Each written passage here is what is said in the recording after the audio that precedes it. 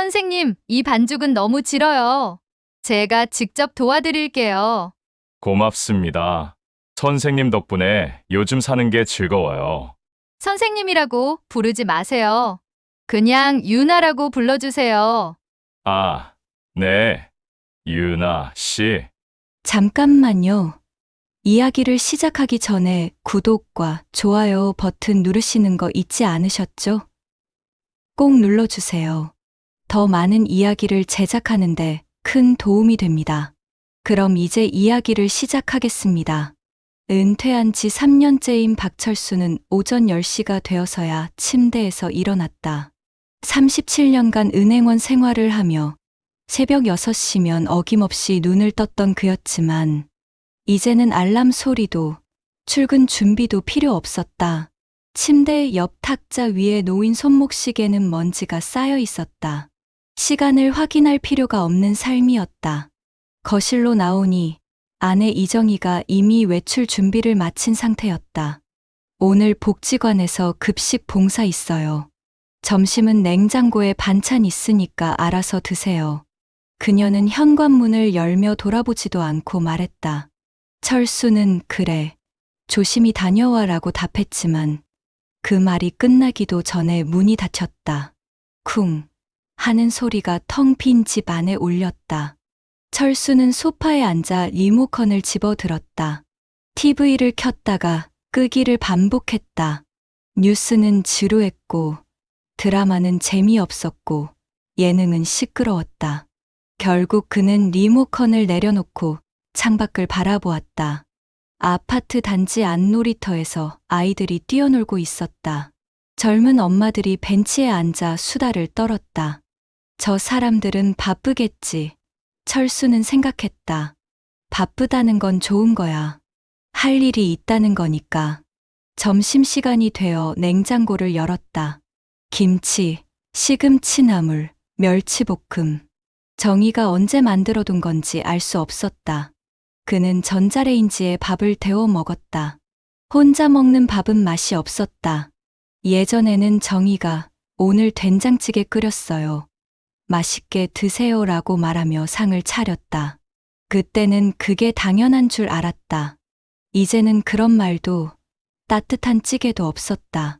식사를 마치고 설거지를 하는데 문득 휴대폰이 울렸다. 대학 동기 김영수였다. 철수야, 오늘 저녁에 모임 있는데 나올 수 있어. 철수는 잠시 망설였다. 동기 모임에 가면 늘 같은 이야기만 반복됐다. 누구는 암 진단을 받았다더라. 누구는 자식이 해외에 나가서 외롭다더라.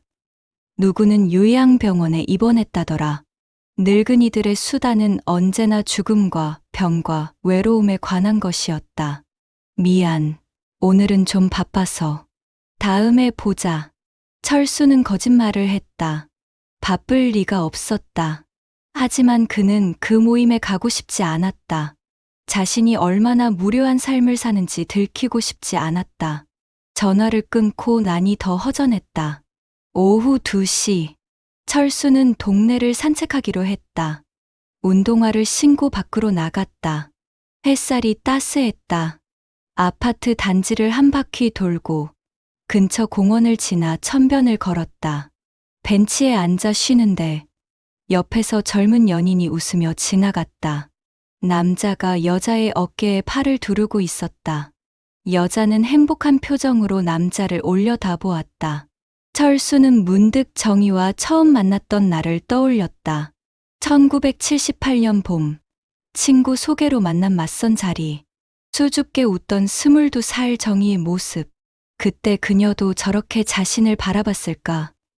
이제는 기억이 희미했다. 집으로 돌아오니 오후 5시였다. 정희는 아직 돌아오지 않았다. 철수는 다시 소파에 앉았다. TV를 켰다.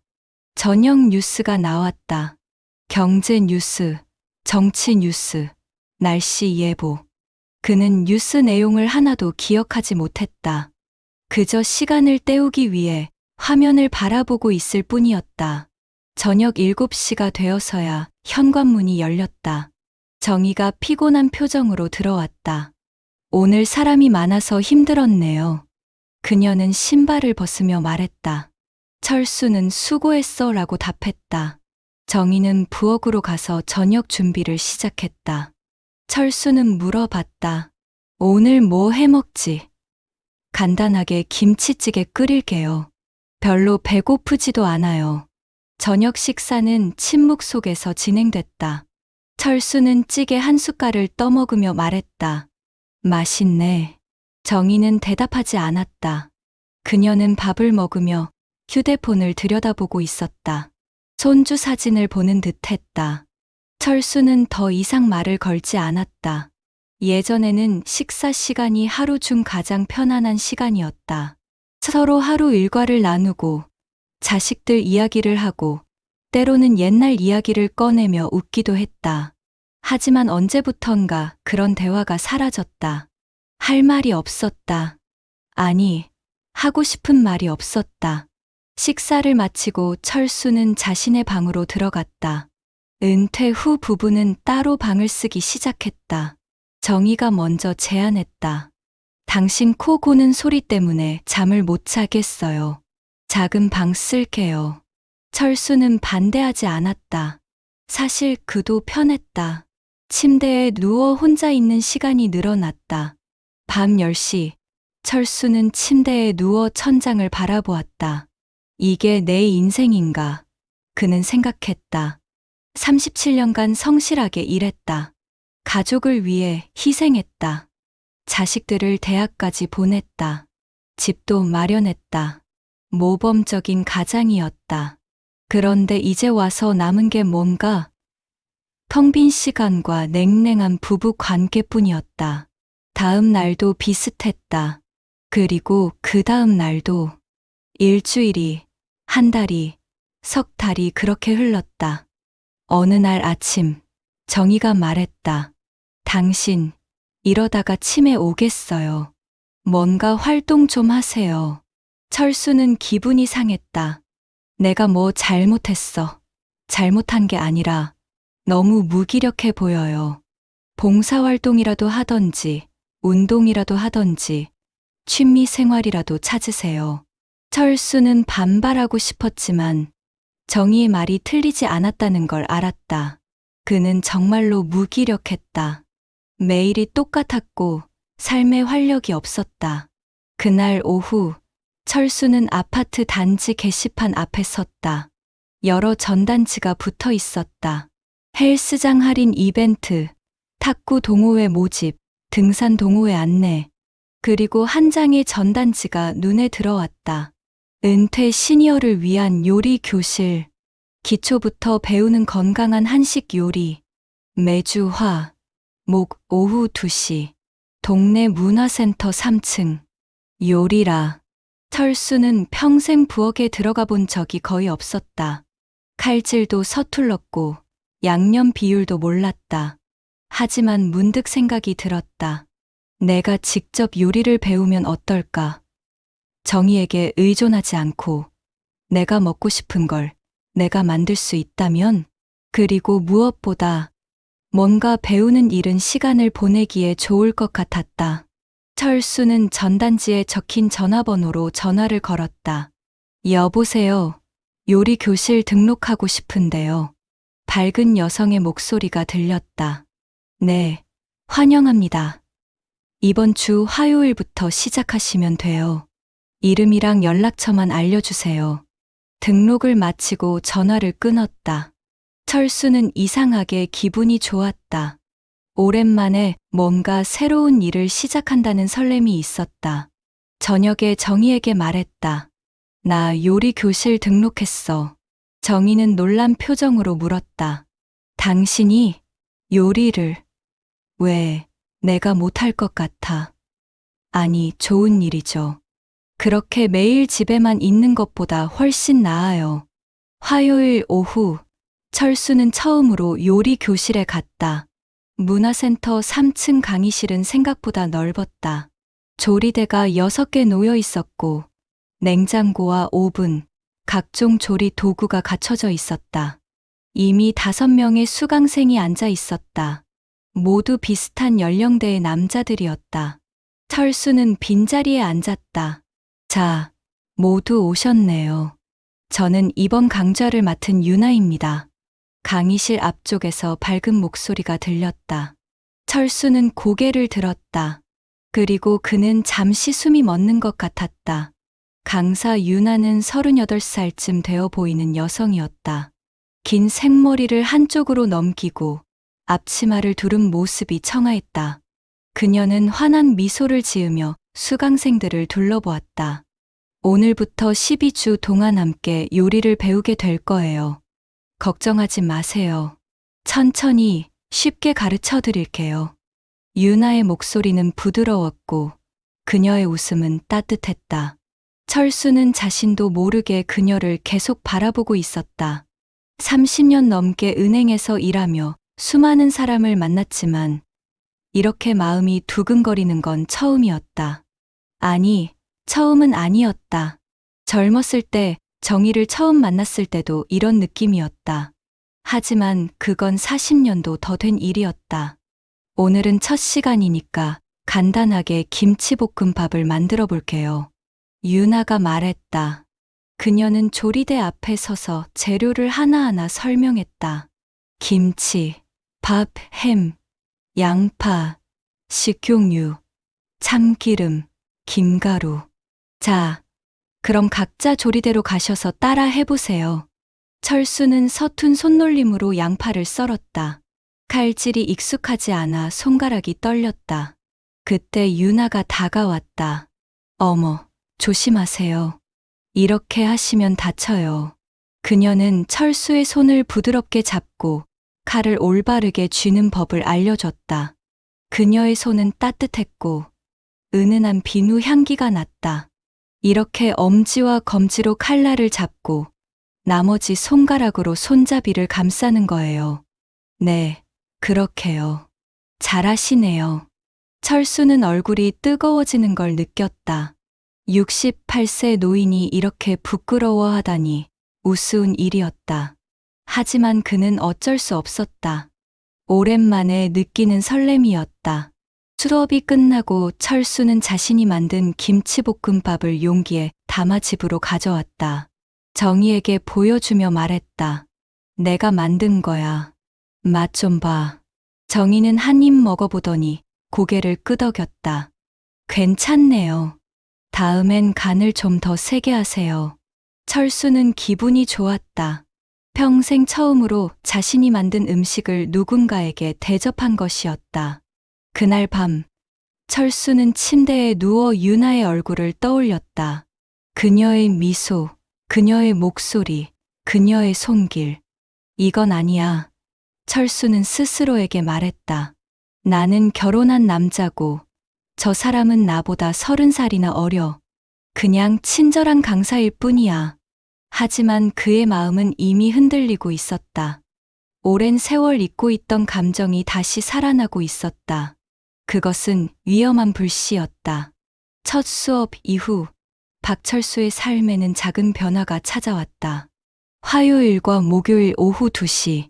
그 시간이 그의 일주일에서 가장 의미 있는 순간이 되었다.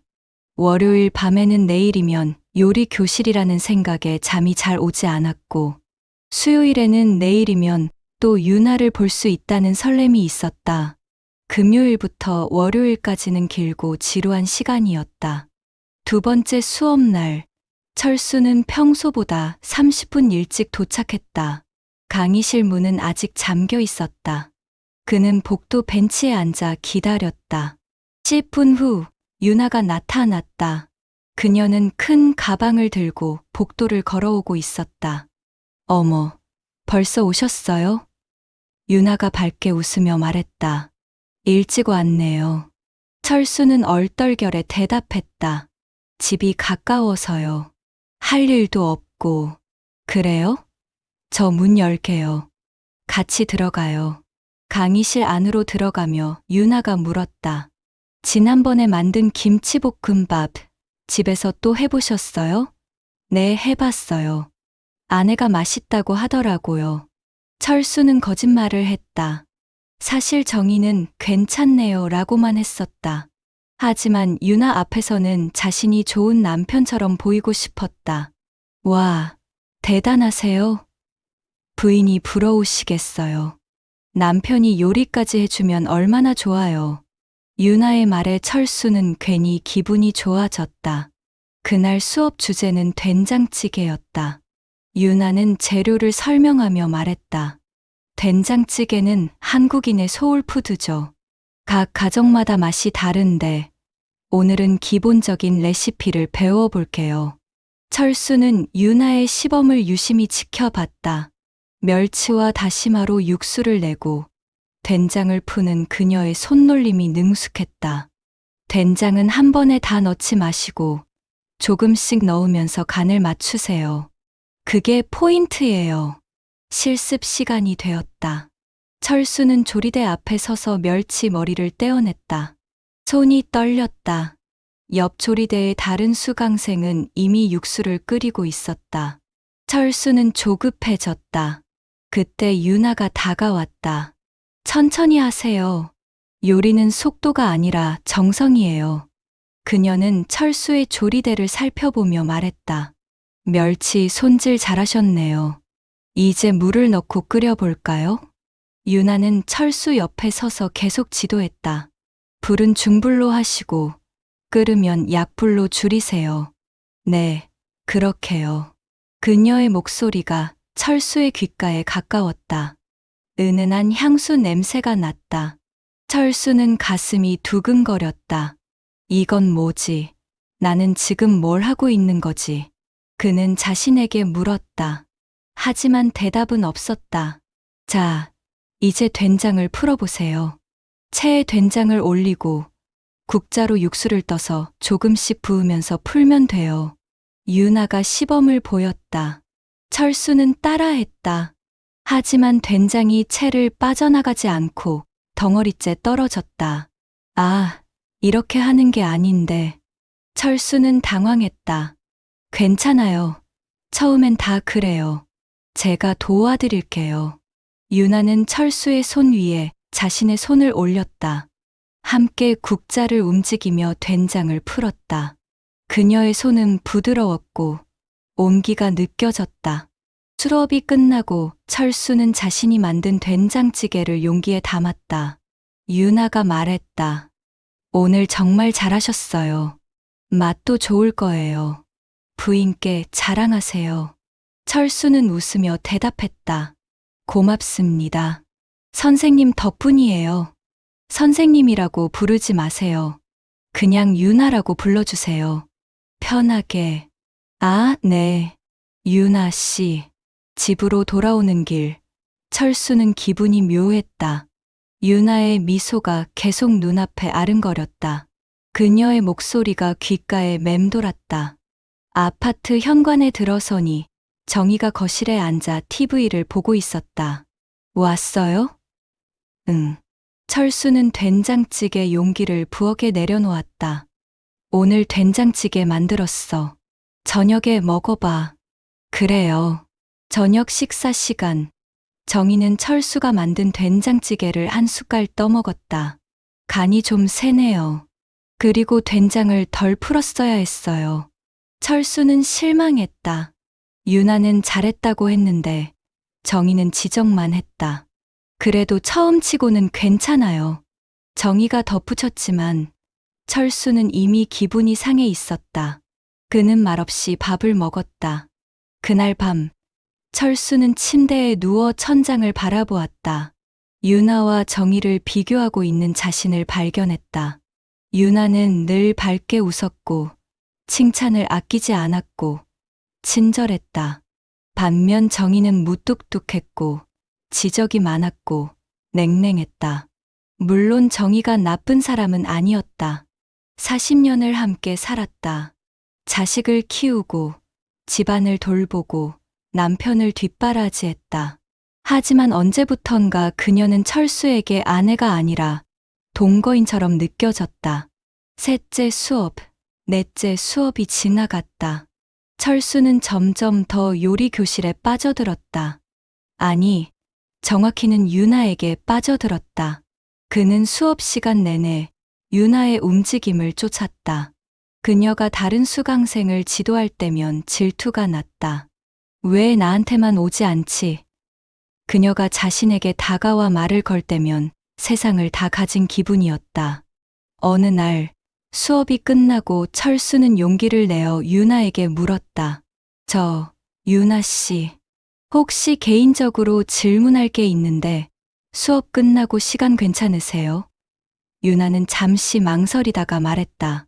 네, 괜찮아요. 다른 수강생분들 다 가시면 얘기해요. 다른 수강생들이 모두 떠나고 강의실에는 철수와 유나만 남았다. 뭐가 궁금하세요? 유나가 물었다. 철수는 준비한 질문을 꺼냈다. 제가 집에서 연습하고 싶은데 어떤 요리부터 해보는 게 좋을까요?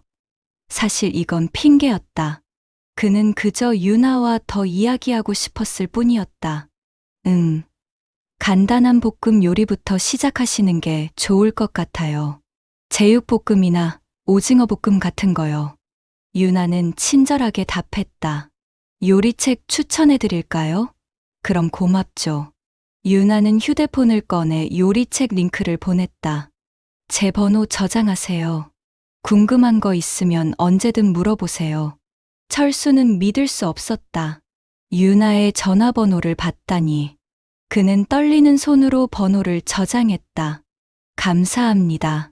정말 친절하시네요. 아니에요. 열심히 하시는 분들 보면 저도 보람 있어요.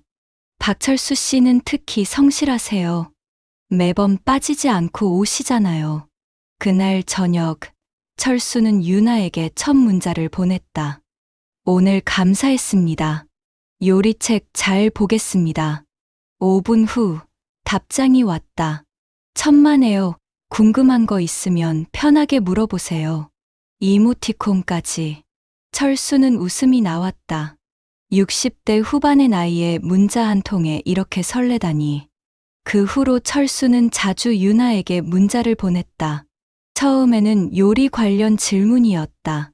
간장과 된장의 비율은 어떻게 하나요? 생선은 어떻게 손질하나요? 유나는 늘 친절하게 답해줬다. 가끔은 사진까지 보내주며 설명했다. 시간이 지나며 문자의 내용이 조금씩 바뀌었다. 오늘 날씨가 좋네요. 요즘 바쁘신가요? 일상적인 대화가 오갔다. 유나도 답장을 보냈다. 저도 날씨 좋은 날 좋아해요. 요즘 수업 준비하느라 좀 바빠요. 철수는 그녀의 일상이 궁금했다. 퇴근 후엔 뭘 하는지, 주말엔 어떻게 보내는지, 남자친구는 있는지. 어느 목요일 수업이 끝나고 철수는 또다시 유나에게 다가갔다. 유나 씨, 제가 연습하면서 찍은 요리 사진인데 좀 봐주실래요? 그는 핸드폰을 꺼내 자신이 만든 제육볶음 사진을 보여줬다. 와, 정말 잘 만드셨네요. 색깔도 좋고 고기도 잘 익었어요. 유나가 칭찬했다. 다음엔 고추를 조금 더 넣으면 더 맛있을 거예요. 유나 씨는 언제 그렇게 요리를 잘하게 됐어요? 철수가 물었다. 저요? 어릴 때부터 엄마 따라 부엌 출입하면서 자연스럽게 배웠어요. 그리고 요리학원도 다녔고요. 가족들이 좋아하겠네요. 가족이요? 저 혼자 살아요. 유나가 웃으며 말했다. 부모님은 지방에 계시고요. 혼자 산다는 말에 철수의 심장이 빨리 뛰었다. 남편도 남자친구도 없다는 뜻일까? 그는 더 캐묻고 싶었지만 참았다. 너무 노골적으로 물으면 이상하게 보일 것 같았다. 혼자 사시면 외롭지 않으세요? 철수가 조심스럽게 물었다. 가끔은 외롭죠. 그래도 자유롭고 좋아요. 박철수 씨는 부인이랑 오래 사셨죠? 응, 40년 넘었어. 와, 대단하세요. 요즘 그렇게 오래 사는 부부 드물잖아요. 유나가 감탄했다. 철수는 씁쓸하게 웃었다. 오래 산다고 다 행복한 건 아닌데. 그날 밤, 철수는 유나에게 문자를 보냈다. 오늘도 감사했습니다. 혼자 사신다니 힘드시겠어요. 유나의 답장이 왔다. 괜찮아요. 익숙해요. 철수는 답장을 입력했다가 지우기를 반복했다. 뭐라고 말해야 할까? 결국 그는 이렇게 썼다. 혹시 식사하신 거예요? 혼자 사시면 챙겨 드셔야 하는데. 아직 안 먹었어요. 집 가서 뭐 해 먹으려고요. 저도 저녁 안 먹었는데 같이 드실래요? 철수는 보내기 버튼을 누르고 나서 후회했다. 너무 노골적이었나? 하지만 이미 늦었다. 답장을 기다리는 시간이 영원처럼 느껴졌다. 5분 후 답장이 왔다. 죄송한데 오늘은 좀 피곤해서요. 다음에 기회 되면요. 거절이었다. 철수는 실망했지만 다음에라는 말에 희망을 걸었다. 네, 그럼 푹 쉬세요. 다음에 시간 되실 때 편하게 말씀해 주세요. 그날 이후 철수는 더 적극적으로 유나에게 접근했다. 수업 전에 일찍 와서 그녀와 대화했고 수업 후에도 질문을 만들어 그녀를 붙잡았다. 문자는 거의 매일 주고받았다. 유나는 친절하게 응대했다. 하지만 철수는 점점 더 많은 걸 원했다. 그녀의 웃음, 그녀의 관심, 그녀의 시간. 정희는 남편의 변화를 눈치챘다. 요즘 표정이 밝아졌네요. 요리 교실이 그렇게 재미있어요? 철수는 고개를 끄덕였다. 새로운 걸 배우니까 좋더라. 그래요? 다행이네요. 계속 다니세요. 정희는 더 이상 묻지 않았다. 아니, 관심이 없었다. 철수는 요리 교실이 끝나는 게 두려웠다. 12주 과정이었고 이미 8주가 지났다. 4주 후면 유나를 볼 수 없을 것이었다. 그는 어떻게든 그녀와의 관계를 이어가고 싶었다. 그날 그는 결심했다. 다시 한번 식사 제안을 해보기로. 유나 씨, 제가 감사의 의미로 식사 한번 대접하고 싶은데 시간 되세요? 철수는 떨리는 목소리로 물었다. 유나는 잠시 망설이다가 답했다. 글쎄요. 수강생분과 개인적으로 만나는 건 좀. 그냥 감사의 뜻이에요. 부담 가지지 마세요. 점심 정도만요. 철수가 애원하듯 말했다. 유나는 그의 간절한 눈빛을 보고 마음이 약해졌다. 그럼 다음 주 금요일 점심은 어때요? 좋아요. 정말 감사합니다. 철수는 너무 기뻐서 목소리가 커졌다. 다른 수강생들이 쳐다봤다. 그는 얼른 목소리를 낮췄다. 그날 저녁, 철수는 거울 앞에 섰다. 흰머리가 섞인 머리, 주름진 얼굴, 처진 눈꺼풀. 68세의 노인이 38세의 여자에게 설레다니. 우스운 일이었다. 하지만 그는 멈출 수 없었다. 이미 너무 깊이 빠져 있었다. 유나의 웃음이, 유나의 따뜻함이, 유나의 관심이 필요했다. 그것이 그의 하루를 지탱하는 유일한 이유가 되어 있었다. 철수는 알고 있었다. 이건 위험한 일이라는 걸. 선을 넘어서는 안 된다는 걸. 하지만 외로움은 이성을 마비시켰다.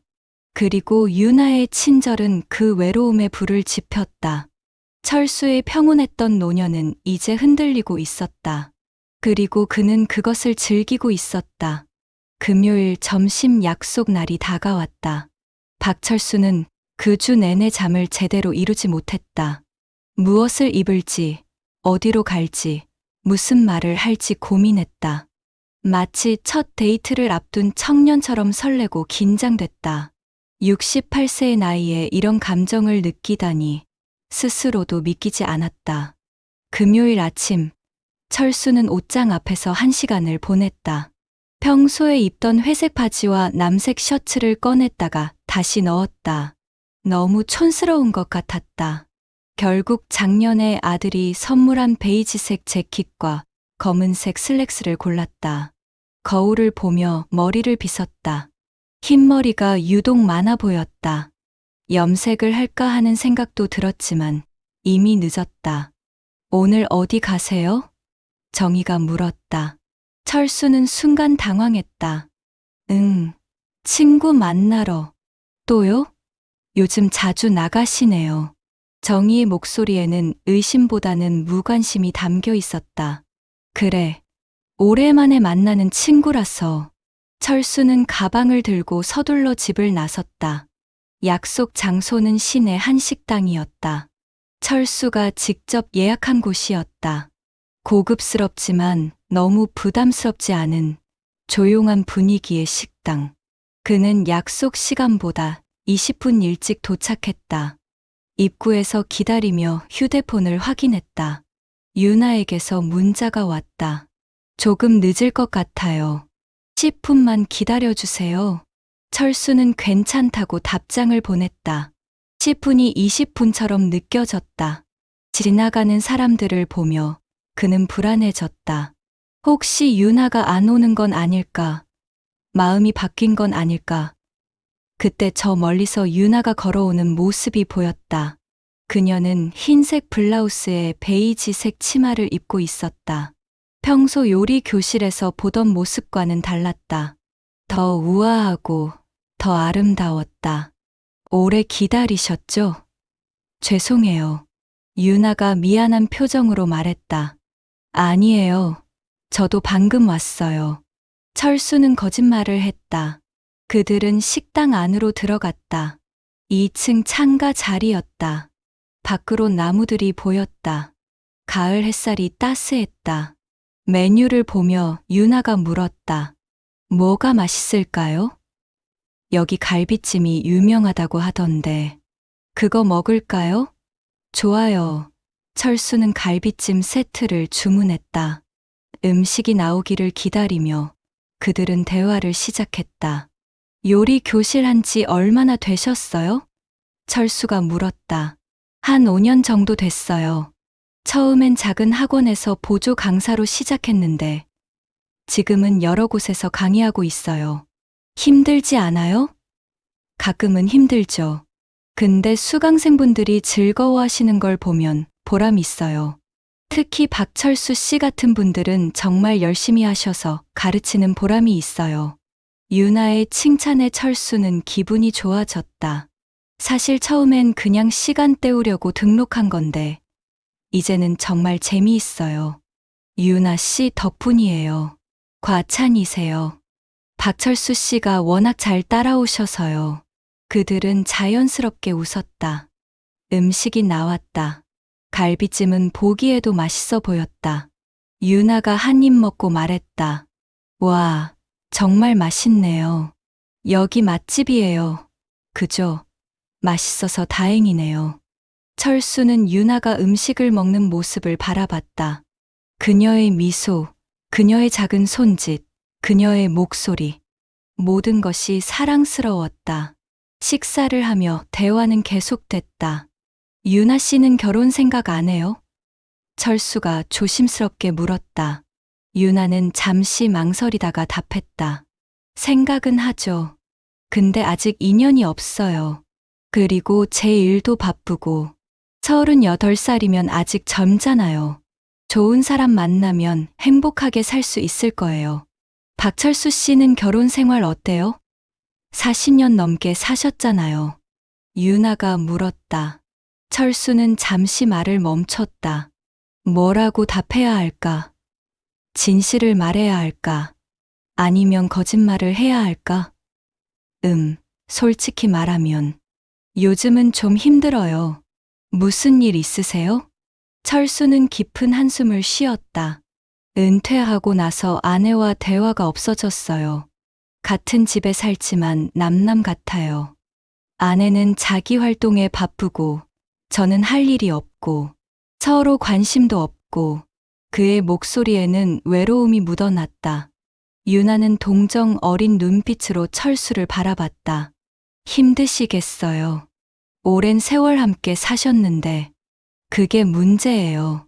너무 오래 살다 보니 서로에게 익숙해져서 이제는 공기 같은 존재가 됐어요. 있어도 없어도 그만인. 철수는 자신이 너무 많은 말을 하고 있다는 걸 깨달았다. 미안해요. 괜히 무거운 얘기를 했네요. 아니에요. 괜찮아요. 말씀하시는 게 좋은 것 같아요. 유나가 따뜻하게 말했다. 그녀는 철수의 손에 살짝 손을 올렸다. 힘내세요. 요리 교실에라도 오시면 즐거워 보이시잖아요. 유나의 손길에 철수의 심장이 빠르게 뛰었다. 따뜻했다. 너무 따뜻했다. 식사를 마치고 철수는 계산을 했다. 12만 원.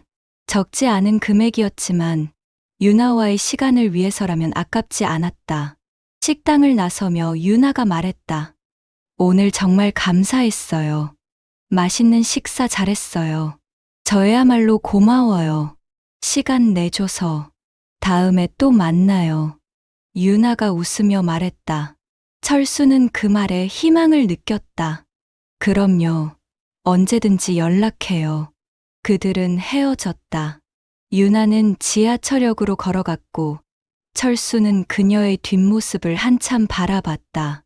집으로 돌아오는 길, 철수는 행복했다. 오랜만에 느껴보는 감정이었다. 유나와의 점심시간은 꿈 같았다. 그녀의 미소, 그녀의 목소리, 그녀의 손길, 모든 것이 생생했다. 집에 도착하니 정희가 물었다. 친구 만나고 왔어요? 응. 점심은 먹었고요? 먹었어.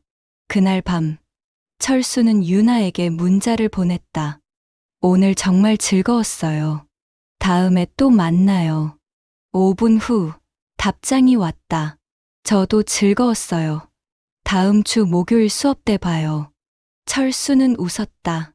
목요일이 기다려졌다. 그 후로 철수와 유나의 관계는 조금씩 가까워졌다. 수업 후에 함께 차를 마시기도 했고, 가끔 저녁 식사를 하기도 했다. 철수는 매번 계산을 했다. 유나는 처음에는 사양했지만 점점 자연스럽게 받아들였다. 제가 나이도 많고 수강생이니까 제가 사는 게 당연하죠. 철수는 그렇게 말하며 지갑을 열었다. 한 달이 지나고 철수는 유나에게 선물을 하기 시작했다. 처음에는 작은 것들이었다. 요리책, 예쁜 앞치마, 주방용품. 이거 요리할 때 쓰세요. 유나는 고맙다며 받았다. 너무 비싼 건 부담스러워요. 아니에요. 별거 아니에요. 시간이 지나며 선물의 규모가 커졌다. 명품 핸드백, 고급 향수, 금목걸이. 철수는 자신의 퇴직금과 예금을 조금씩 빼서 유나에게 썼다. 정희는 눈치채지 못했다. 아니, 관심이 없었다. 철수는 은행 통장을 따로 만들어 관리했다. 유나 명의로 된 통장도 하나 만들었다. 이거 급할 때 쓰세요. 그는 통장에 500만 원을 넣어줬다. 유나는 처음에는 사양했다. 이건 너무 큰 돈이에요. 받을 수 없어요. 하지만 철수는 고집했다. 제가 하고 싶어서 하는 거예요. 유나 씨는 저한테 특별한 사람이에요. 유나 씨가 있어서 제 노년이 행복해요. 그의 간절한 눈빛에 유나는 결국 받았다. 정말 감사해요. 꼭 갚을게요. 갚을 필요 없어요. 선물이에요. 철수는 유나를 위해 여행도 계획했다. 우리 주말에 강릉 가요. 바다 구경하고 맛있는 거 먹고. 주말에요? 부인은 괜찮으세요? 괜찮아요. 친구들이랑 골프 간다고 하면 돼요. 철수는 거짓말에 익숙해져 갔다. 강릉 여행은 1박 2일로 계획됐다. 철수는 좋은 호텔을 예약했다. 오션뷰 객실, 하룻밤에 30만 원.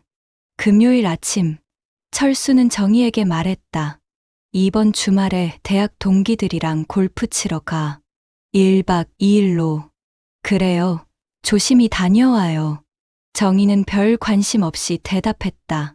철수와 유나는 기차를 타고 강릉으로 갔다. 창밖 풍경을 보며 유나가 말했다. 기차 여행 오랜만이에요. 설레네요. 저도 오랜만이에요. 젊었을 때 아내랑 신혼여행으로 강릉 왔었는데 철수는 말을 멈췄다. 아내 얘기를 꺼낸 게 실수 같았다. 하지만 유나는 개의치 않는 듯 했다. 그때 기억나세요? 어렴풋이요. 이제 옛날 일이라. 부인이랑 다시 여행 가시는 건 어때요? 글쎄요. 아내는 관심도 없을 거예요. 철수는 씁쓸하게 웃었다. 강릉에 도착해서 그들은 바다를 걸었다. 가을 바다는 쓸쓸했지만 아름다웠다. 유나가 말했다. 바다 보니까 마음이 편안해져요. 그죠? 저도 바다 좋아해요. 철수는 유나의 옆에서 걸으며 행복했다. 이 순간이 영원했으면 좋겠다고 생각했다. 저녁에는 해산물 요리를 먹었다. 철수가 계산을 하려는데 금액이 28만 원이었다. 적지 않은 돈이었지만 그는 카드를 내밀었다. 유나가 미안한 표정으로 말했다. 너무 비싸네요. 제가 반 낼게요. 아니에요. 제가 대접하는 거예요. 신경 쓰지 마세요. 호텔에 들어가며 철수는 긴장됐다. 방은 2개를 예약했다. 하지만 그는 은근히 기대하고 있었다. 혹시 뭔가 일어나지 않을까? 하지만 유나는 자신의 방으로 들어가며 말했다. 오늘 정말 즐거웠어요.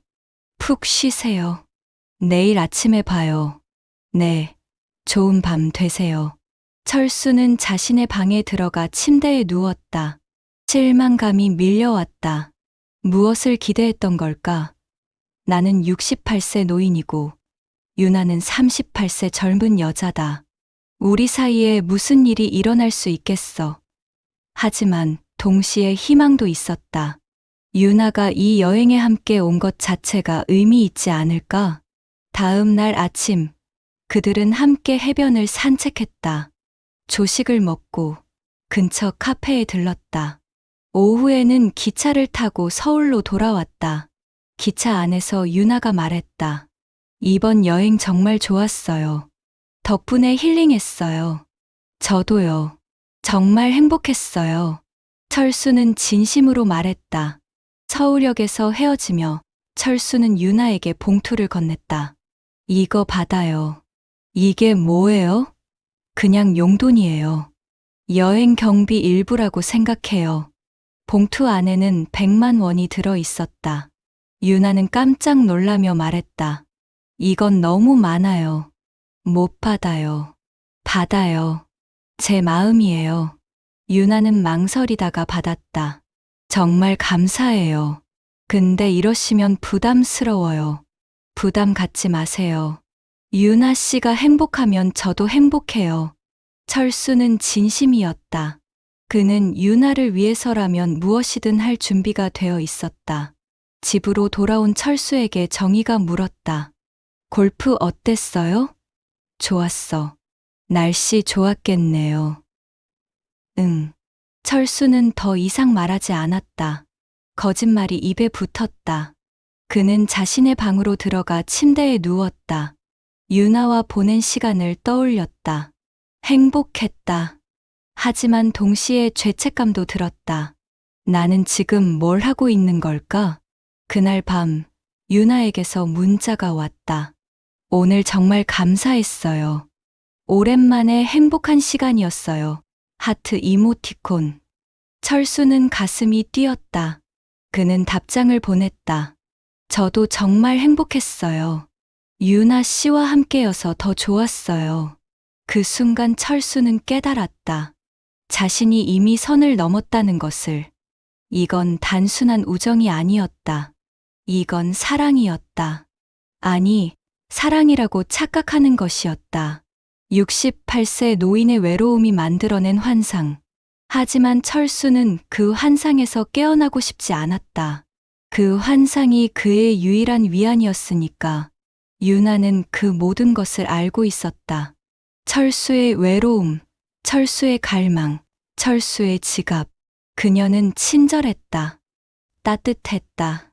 하지만 그녀의 눈빛 깊은 곳에는 계산이 있었다. 철수는 그것을 보지 못했다. 아니, 보고 싶지 않았다. 사랑은 장님이라고 했던가. 68세의 사랑도 마찬가지였다. 박철수와 유나의 관계는 이제 단순한 스승과 제자를 넘어섰다. 요리 교실 12주 과정이 끝났지만 그들의 만남은 계속됐다. 일주일에 두세 번 철수는 유나를 만났다. 점심 식사, 저녁 식사, 카페에서 차 한 잔. 명목은 다양했지만 본질은 같았다. 철수는 유나를 보고 싶었고 유나는 철수의 지갑을 원했다. 어느 목요일 오후 철수는 유나와 백화점에 갔다. 유나 씨, 겨울 옷 좀 사야 하지 않아요? 괜찮아요. 작년 옷이 있어요. 아니에요. 새로 사요. 제가 선물하고 싶어요. 철수는 그녀를 명품 매장으로 이끌었다. 코트 하나가 280만 원이었다. 철수는 주저없이 카드를 꺼냈다. 이건 너무 비싸요. 정말 안 돼요. 유나가 손사래를 쳤다. 하지만 철수는 이미 결제를 마친 후였다. 유나 씨가 이쁜 옷 입으면 저도 기분 좋아요. 받아요. 유나는 감사하다며 철수를 안았다. 그 짧은 포옹에 철수는 온몸이 떨렸다. 이 여자를 위해서라면 뭐든 할 수 있을 것 같았다. 집으로 돌아가는 길, 철수는 은행에 들렀다. 정기예금 1천만 원을 해지했다. 직원이 물었다. 중도 해지하시면 이자가 깎이는데 괜찮으세요? 괜찮아요. 급한 일이 있어서요. 그는 현금 1천만 원을 찾아 가방에 넣었다. 무거웠다. 하지만 마음은 가벼웠다. 이 돈으로 유나를 더 행복하게 해줄 수 있을 테니까. 그날 저녁, 집에서 정희가 통장 정리를 하고 있었다. 여보, 정기예금 하나 해지했어요? 철수는 당황했다. 응. 친구가 급하게 돈이 필요하다고 해서 빌려줬어. 얼마나 빌려줬는데요? 1천만 원. 그렇게 큰 돈을 그냥 빌려줘요? 차용증이라도 받았어요? 친구인데 뭘. 곧 갚는데. 정희는 의심스러운 눈빛으로 남편을 바라봤다. 요즘 이상해요. 자주 나가시고, 돈도 많이 쓰시고. 무슨 일 있어요? 무슨 일이 있겠어. 그냥 친구들 만나는 거야. 정말요? 정말이야. 의심하지 마. 철수는 짜증을 냈다. 정희는 더 이상 묻지 않았다. 하지만 그녀의 마음속에는 의심의 씨앗이 심어졌다. 다음 날, 철수는 유나에게 전화했다. 유나 씨, 오늘 저녁에 시간 돼요? 네, 괜찮아요. 좋은 대로 저녁 먹으러 가요. 제가 예약할게요. 철수는 강남의 고급 일식당을 예약했다. 오마카세 코스, 1인당 25만 원. 비쌌지만 유나를 위해서라면 아깝지 않았다. 저녁 시간, 그들은 조용한 일식당에 앉았다. 셰프가 직접 초밥을 만들어주는 카운터 좌석이었다. 유나는 감탄했다. 와, 여기 분위기 정말 좋네요. 처음 와봐요. 맛있게 드세요. 오늘은 특별한 날이에요. 무슨 특별한 날이에요? 그냥. 유나 씨와 함께 있어서 매일이 특별한 날이에요. 유나는 부끄러운 듯 웃었다. 식사를 하며 철수는 조심스럽게 말을 꺼냈다. 유나 씨, 제가 궁금한 게 있는데. 뭐가 궁금하세요? 저를 어떻게 생각해요? 유나는 잠시 침묵했다. 그녀는 신중하게 답했다. 좋은 분이라고 생각해요. 친절하시고 배려심 많으시고. 그것뿐인가요? 철수의 목소리에는 갈망이 묻어났다. 유나는 철수의 눈을 바라봤다. 그녀는 알고 있었다. 이 남자가 무엇을 원하는지. 하지만 그녀는 조심스러웠다. 박철수 씨는 제게 소중한 분이에요. 정말로요. 저도 유나 씨가 정말 소중해요. 요즘 유나 씨 생각만 해요. 이상하죠? 이 나이에. 유나는 철수의 손을 잡았다. 이상하지 않아요. 감정의 나이가 어디 있어요. 그 말에 철수는 용기를 얻었다. 유나 씨, 유나 씨를 사랑하는 것 같아요. 그 말이 나오자마자 철수는 후회했다. 너무 성급했나? 하지만 이미 엎질러진 물이었다. 유나는 당황한 표정을 지었다. 박철수 씨, 미안해요. 부담 주려던 게 아니에요. 그냥 제 마음을 말하고 싶었어요. 저도 박철수 씨를 좋아해요. 정말로요. 근데 이건 복잡해요. 박철수 씨는 결혼하셨잖아요. 형식적인 결혼이에요. 이미 아내와는 마음이 떠났어요. 같은 집에 사는 남남이에요. 철수는 변명했다. 그래도 쉽지 않은 일이에요. 알아요. 하지만 제 마음은 진심이에요. 유나 씨만 생각하면 살아있는 것 같아요. 유나 씨가 없으면 전 아무것도 아니에요. 유나는 복잡한 표정을 지었다. 그녀는 진심으로 고민하는 듯 했다. 시간을 주세요. 생각 좀 해볼게요. 네, 천천히 생각하세요. 전 기다릴게요. 철수는 안도의 한숨을 쉬었다. 거절당하지 않은 것만으로도 감사했다. 식사를 마치고 철수는 50만 원을 계산했다. 유나에게 택시비로 10만 원을 쥐어줬다. 택시 타고 가요. 늦었어요. 이건 너무 많아요. 괜찮아요. 안전하게 들어가는 게 중요해요. 그들은 헤어졌다. 철수는 유나가 택시를 타고 떠나는 모습을 지켜봤다. 그날 밤, 철수는 잠을 이룰 수 없었다. 고백을 해버렸다. 유나는 뭐라고 답할까? 혹시 거절하는 건 아닐까? 불안과 기대가 교차했다. 새벽 2시, 유나에게서 문자가 왔다. 아직 안 주무세요? 응, 잠이 안 와요. 저도요. 생각이 많아요. 무슨 생각해요? 박철수 씨 말요. 진심이죠? 물론이에요. 제 인생에서 이렇게 진심인 적이 없었어요. 저도 박철수 씨를 좋아해요. 정말로요. 근데 앞날이 걱정돼요. 우리 나이 차이도 있고, 박철수 씨는 가정도 있고, 나이 차이는 중요하지 않아요. 제 마음이 중요한 거죠. 그리고 집은 제가 정리할게요. 정리요? 이혼하겠다는 얘기예요. 유나 씨와 함께하고 싶어요. 철수는 충동적으로 타이핑했다. 그건 너무 큰 결정이에요. 신중하게 생각하세요. 이미 결정했어요. 유나 씨와 함께하는 게 제 인생의 마지막 기회예요. 놓치고 싶지 않아요. 유나는 한참 답장을 하지 않았다. 5분이 지나고 답장이 왔다. 그럼 저도 박철수 씨와 함께 할게요. 근데 천천히 가요. 서두르지 말고. 철수는 너무 기뻐서 소리를 질렀다. 유나가 자신을 받아준 것이다. 68세의 나이에 새로운 사랑을 시작할 수 있다니. 그는 믿을 수가 없었다. 그날 밤 철수는 행복한 꿈을 꿨다. 유나와 함께 바닷가를 걷는 꿈이었다. 하지만 정희는 이미 눈치채고 있었다. 남편의 이상한 행동들, 자주 외출하고 옷차림에 신경 쓰고 휴대폰을 손에서 놓지 않고 밤늦게 문자를 하는 것. 그녀는 확신이 필요했다. 어느 날 정희는 남편이 샤워하는 사이 그의 휴대폰을 확인했다. 비밀번호는 그들의 결혼 기념일이었다. 아직 바꾸지 않았다. 카카오톡을 열었다.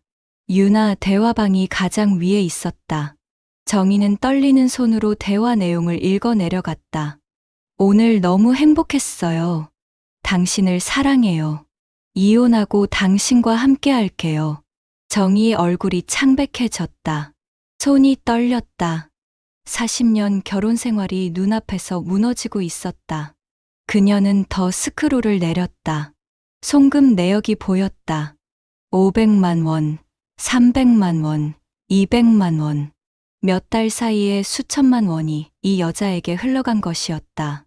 사진도 있었다. 함께 찍은 여행 사진, 레스토랑 사진, 선물 사진. 정희는 휴대폰을 들고 욕실 문을 박차고 들어갔다. 이게 뭐예요? 정희가 소리쳤다. 샤워 중이던 철수는 놀라서 뒤를 돌아봤다. 뭐가? 이 여자가 누구예요? 유나가 누구냐고요? 정희는 휴대폰 화면을 철수에게 들이댔다. 철수는 순간 얼어붙었다. 들켰다. 모든 게 들통난 것이다. 저건. 설명해봐요. 이혼하고 함께 하겠다고요? 수천만 원을 보냈다고요? 여행을 같이 갔다고요? 정희의 목소리는 분노로 떨렸다. 철수는 수건을 두르고 욕실에서 나왔다. 진정해. 얘기 좀 하자. 무슨 얘기를 해요? 40년을 같이 살았는데 이런 식으로 배신해요? 배신이 아니야. 그냥 나도 외로웠어. 당신은 나한테 관심도 없잖아. 그게 바람 피울 이유가 돼요? 나보다 30살이나 어린 여자랑 놀아나는 게 정당화돼요? 정희는 울음을 터뜨렸다. 나는 당신 뒷바라지하느라 내 인생을 다 바쳤어요. 자식 키우고, 집안 돌보고, 당신 병수발도 했어요. 그런데 이제 와서 외로웠다고요? 철수는 할 말이 없었다.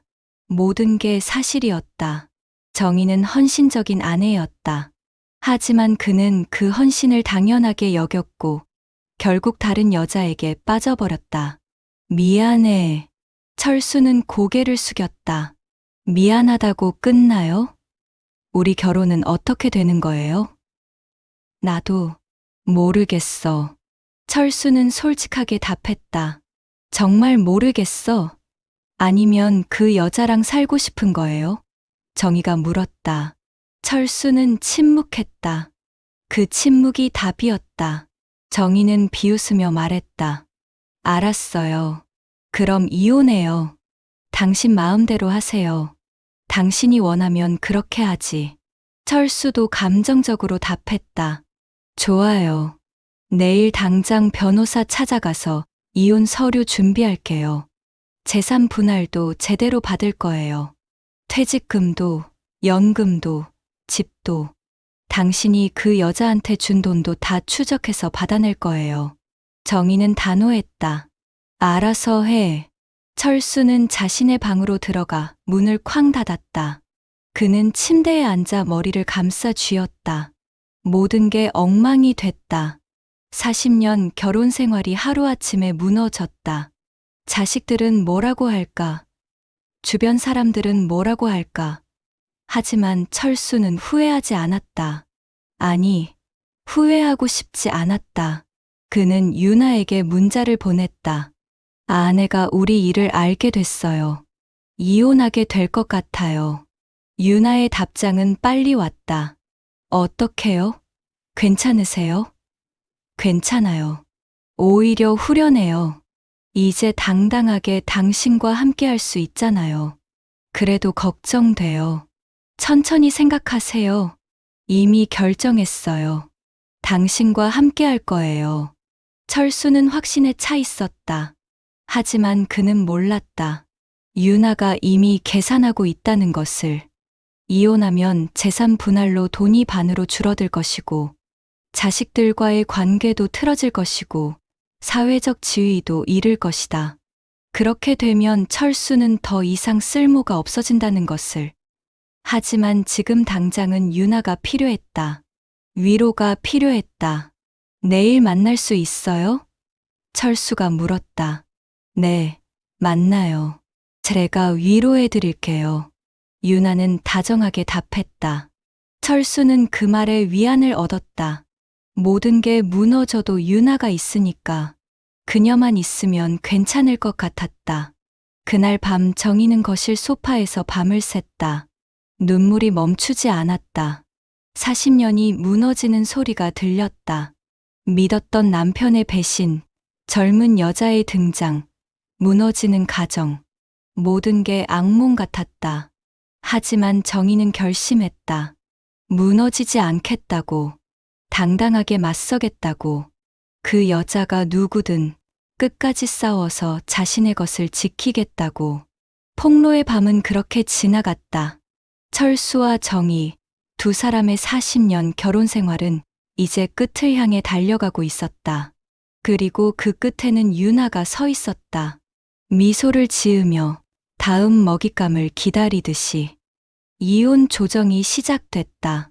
정희는 변호사를 선임했고 철수도 어쩔 수 없이 변호사를 구했다. 법원 조정실은 냉랭했다. 40년을 함께 산 부부가 이제는 변호사를 통해서만 대화했다. 정희는 재산의 절반을 요구했다. 아파트, 퇴직금, 연금, 예금, 그리고 철수가 유나에게 준 돈까지 추적해서 돌려받겠다고 했다. 의뢰인이 혼인 기간 동안 배우자 몰래 제3자에게 지급한 금액은 약 8천만 원으로 추정됩니다. 정희의 변호사가 서류를 제출했다. 철수는 고개를 떨구었다. 8천만 원. 그렇게 많이 썼구나. 본인도 정확히 몰랐던 금액이었다. 송금 내역, 카드 사용 내역, 현금 인출 내역이 모두 정리되어 있었다. 이 금액은 부부 공동 재산에서 유출된 것으로 부정한 용도로 사용되었으므로 재산 분할 시 고려되어야 합니다. 정희의 변호사는 단호했다. 철수의 변호사는 반박했지만 약했다. 결국 조정안이 나왔다. 아파트는 정희가 갖고 철수는 퇴직금의 30%와 예금의 일부만 받는 것으로 합의됐다. 유나에게 준 돈은 돌려받을 수 없었다. 조정이 끝나고 철수는 유나를 만났다. 카페에서 그는 씁쓸하게 웃으며 말했다. 이혼했어요. 집도 잃고 돈도 반 이상 날렸어요. 유나는 놀란 표정을 지었다. 정말요? 괜찮으세요? 괜찮아요. 당신이 있으니까요. 이제 우리 함께 살 수 있잖아요. 유나는 커피를 마시며 침묵했다. 철수는 그녀의 반응이 이상하다는 걸 느꼈다. 무슨 일 있어요? 저기, 박철수 씨. 유나는 조심스럽게 말문을 열었다. 사실은 제가 요즘 고민이 많았어요. 무슨 고민이요? 우리 관계요. 처음엔 박철수 씨가 좋았어요. 정말로요. 근데 이렇게 이혼까지 하시고 저도 부담이 커요. 철수는 가슴이 철렁했다. 무슨 말이에요?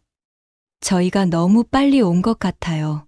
그리고 솔직히 말하면 나이 차이도 있고 앞날을 생각하면 불안해요. 그래서요?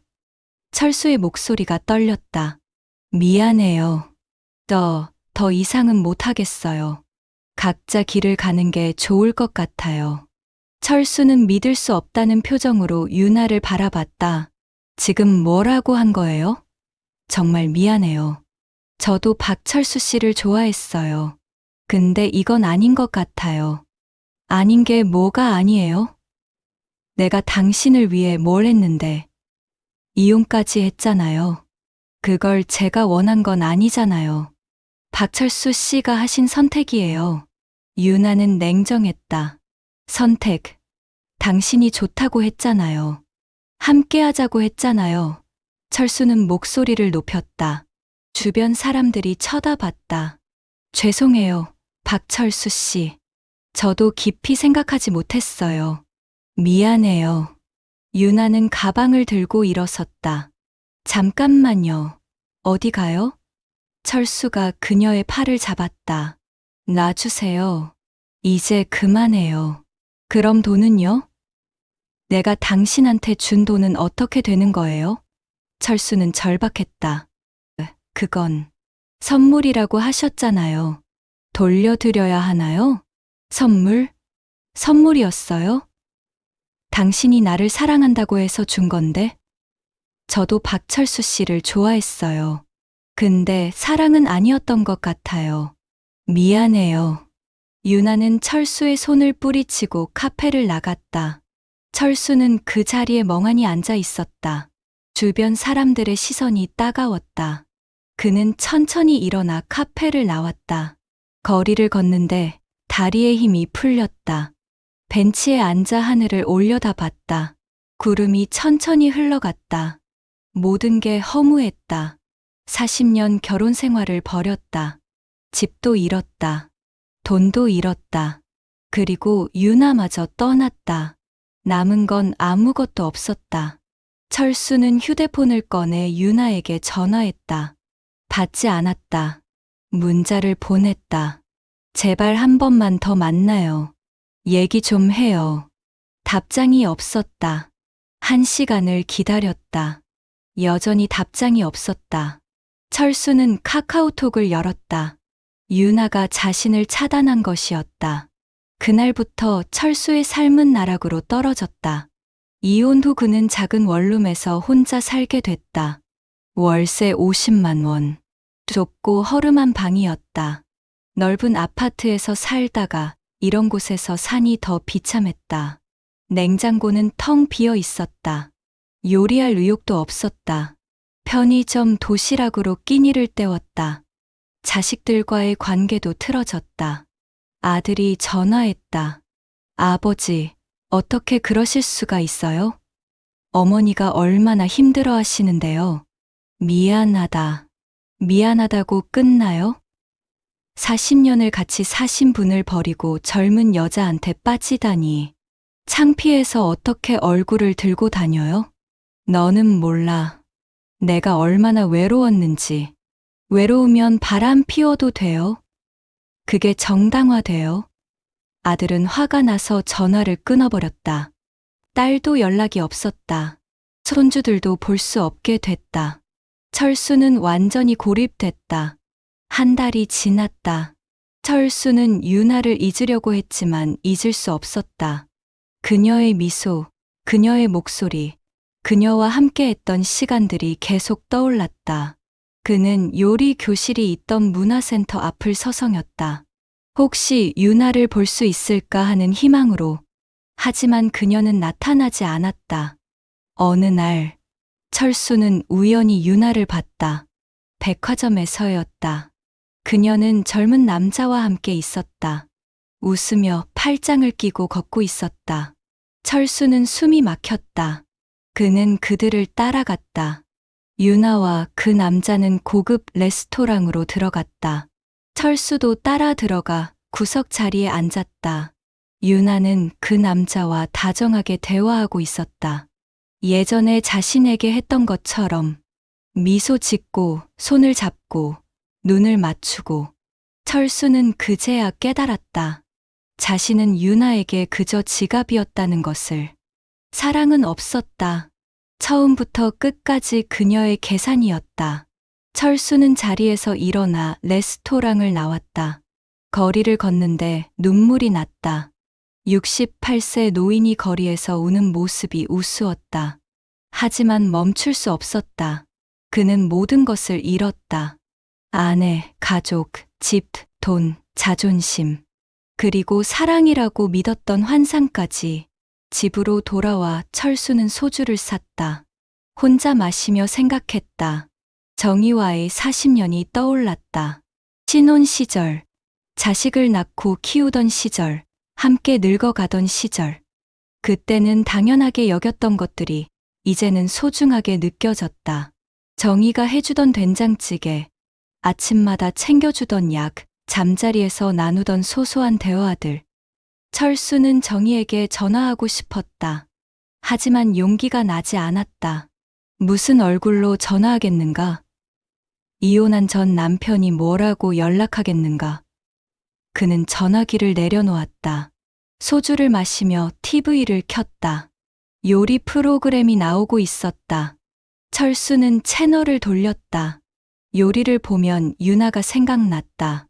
다음 날 아침, 철수는 숙취로 머리가 아팠다. 화장실 거울을 봤다. 초라한 노인이 거기 있었다. 흰머리, 주름진 얼굴, 핏기 없는 입술. 이 사람이 몇 달 전에 사랑을 꿈꿨다니. 우스운 일이었다. 철수는 냉장고를 열었다. 편의점 도시락 하나가 있었다. 유통기한이 지났다. 그는 도시락을 버리고 빈 냉장고를 바라봤다. 예전에 정희는 냉장고를 항상 가득 채워놨었다. 반찬도 많았고, 과일도 있었고, 철수가 좋아하는 요구르트도 있었다. 이제는 텅 비어 있었다. 철수는 마트에 가서 장을 봤다. 어떻게 사는지 몰랐다. 정희가 늘 해주던 일이었다. 그는 어색하게 카트를 밀며 매장을 돌았다. 라면, 계란, 김치를 샀다. 계산대에서 카드를 꺼내는데 잔액이 부족하다는 메시지가 떴다. 창피했다. 현금을 꺼내 계산했다. 집으로 돌아와 라면을 끓였다. 맛이 없었다. 아니, 맛을 느낄 수 없었다. 기계적으로 먹고 설거지를 했다. 그리고 다시 소파에 앉았다. 할 일이 없었다. TV를 켜고 끄고 휴대폰을 보고 내려놓고 시간은 느리게 흘렀다. 저녁이 되었다. 철수는 또 편의점에 갔다. 도시락을 사서 벤치에 앉아 먹었다. 젊은 커플이 옆을 지나갔다. 웃으며 손을 잡고 있었다. 철수는 그들을 바라봤다. 몇 달 전 자신도 유나와 그렇게 걸었었다. 지금 생각하면 꿈 같았다. 밤이 되었다. 철수는 침대에 누웠다. 천장을 바라봤다. 정희가 생각났다. 지금 그녀는 뭘 하고 있을까? 행복할까? 아니면 자신처럼 외로울까? 철수는 자신이 한 짓을 후회했다. 너무 늦은 후회였다.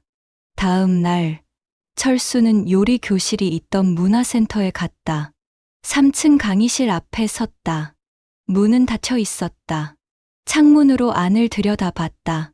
새로운 수강생들이 요리를 배우고 있었다. 새로운 강사가 가르치고 있었다. 유나는 없었다. 철수는 계단을 내려와 밖으로 나왔다.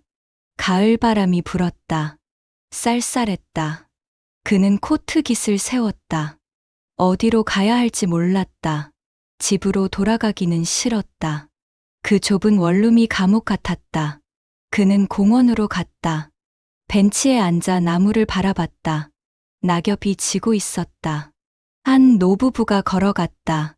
서로 부축하며 천천히 걸었다. 철수는 그들을 바라봤다. 저렇게 늙어가는 게 정상이었다. 함께 늙어가는 것. 그런데 자신은 욕심을 부렸다. 젊음을 탐했다. 그리고 모든 것을 잃었다. 철수는 벤치에서 일어나 집으로 향했다. 걸으면서 생각했다.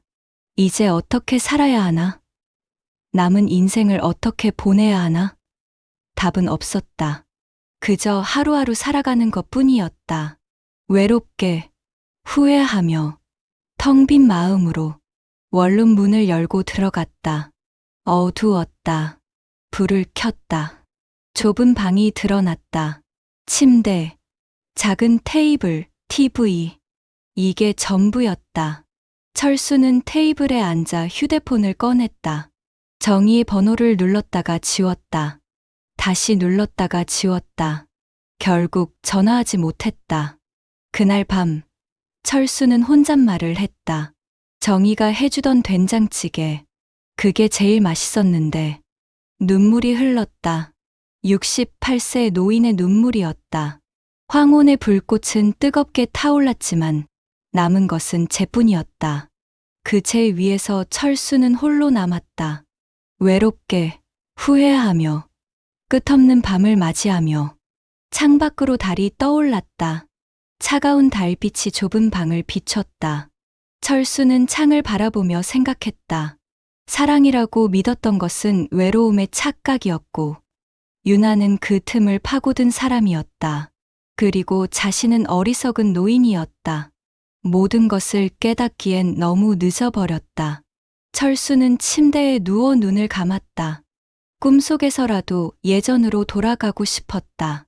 정희와 함께 아침을 먹고 손주를 보며 웃고 평범한 노년을 보내는 그 시절로. 하지만 꿈에서조차 그는 혼자였다. 텅 빈 원룸에서, 텅 빈 냉장고 앞에서, 텅 빈 마음으로 황혼의 불꽃은 꺼졌고 잿더미만 남았다.